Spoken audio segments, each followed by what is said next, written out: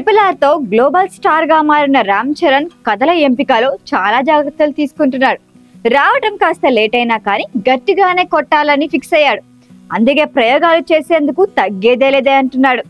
RC16 లో cherry character రంగస్థలం చిట్టిబాబుని మించి అనేలా ఉండబోతోందట. కుమార్ బాబుకి సిట్టిబాబు అనే ఒక తమ్ముడున్నాడు. ఈ సిట్టిబాబు గారి గుండెగా దాటెళ్ళాలని చెప్పండి. Mega power star Ram Charan RRR సినిమాతో గ్లోబల్ స్టార్ గా మారిపోయాడు. ఆస్కార్ రేంజ్ కు ఎదగటంతో పాటు హాలీవుడ్ దిగ్గజ దర్శకులైన జేమ్స్ కెమెరూన్ లాంటి వారిని తన నటనతో మెప్పించాడు. మెగాస్టార్ చిరంజీవి వారసుడిగా ఇండస్ట్రీలోకి అడుగు పెట్టిన తండ్రిని మించిన తనయుడు అనిపించుకునేలా తనకంటూ సొంత ఇమేజ్ బిల్డ్ చేసుకున్నాడు. ఇందుకు కారణం తను ఎంపిక చేసుకున్న కథలే. చరణ్ సమంత జంటగా సుకుమార్ దర్శకత్వంలో నటించిన రంగస్థలం బ్లాక్ బస్టర్ హిట్ అయింది.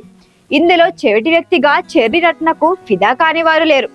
జపాన్ లోను భారీ వసూలు సాధించిన తొలి చిత్రంగా రంగస్థలం రికార్డు క్రియేట్ చేసింది. ఇక RRR లోను రామరాజు క్యారెక్టర్ కథకి పిల్లర్ గా ఉంటుంది. అల్లూరి సీతారామరాజుగా నటనకు విమర్శకుల ప్రశంసలు అందుకున్నారు. విదేశీ ప్రేక్షకులు ప్రముఖులు రామ్ చరణ్ నటనకి ఫిదా అయిపోయారు. శంకర్ దర్శకత్వంలో గేమ్ చేంజర్ లోను 2 క్యారెక్టర్స్ చేస్తున్నాడు.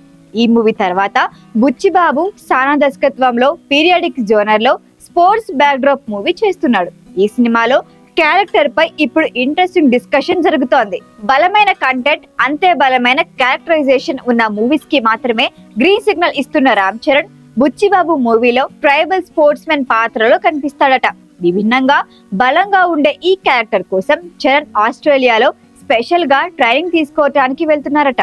ఇప్పటికే గేమ్ చేంజర్ మూవీకి సంబంధించి చరణ్ షూటింగ్ పార్ట్ కంప్లీట్ కావడంతో బుచ్చిబాబు మూవీపై దృష్టి పెట్టనున్నాడు అని టాక్. ఈ క్యారెక్టర్ ట్రాన్స్ఫర్మేషన్ లుక్ కోసం చరణ్ ప్రత్యేక శ్రద్ధ తీసుకుంటున్నాడు. అది పూర్తయ్యాక మూవీ షూటింగ్ ప్రారంభం కానుంది. ఇందులో జాన్వీ కపూర్ హీరోయిన్ గా నటిస్తోంది. ఈ మూవీ గురించి సుకుమార్ మాటలు మరింత ఇంట్రెస్ట్ క్రియేట్ చేశాయి.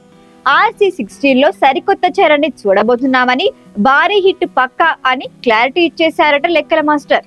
లాంగ్ గ్యాప్ తర్వాత తెలుగులో రెహమాన్ మ్యూజిక్ అందిస్తున్న సినిమా ఇదే కావటం మరింత అట్రాక్షన్. సిట్టిబాబు గారి చెవులోకి మాట వెళ్ళడం కష్టం గానీ ఒక్కసారి వెళ్ళిందంటే ఆ మాట అక్కడే ఉండిపోతాయి. ఈ వీడియో కనుక మీకు నచ్చినట్టయితే లైక్ చేయండి, షేర్ చేయండి, సబ్స్క్రైబ్ చేయండి. అలాగే పక్కనే ఉన్న బెల్ ఐకాన్ని క్లిక్ చేయండి.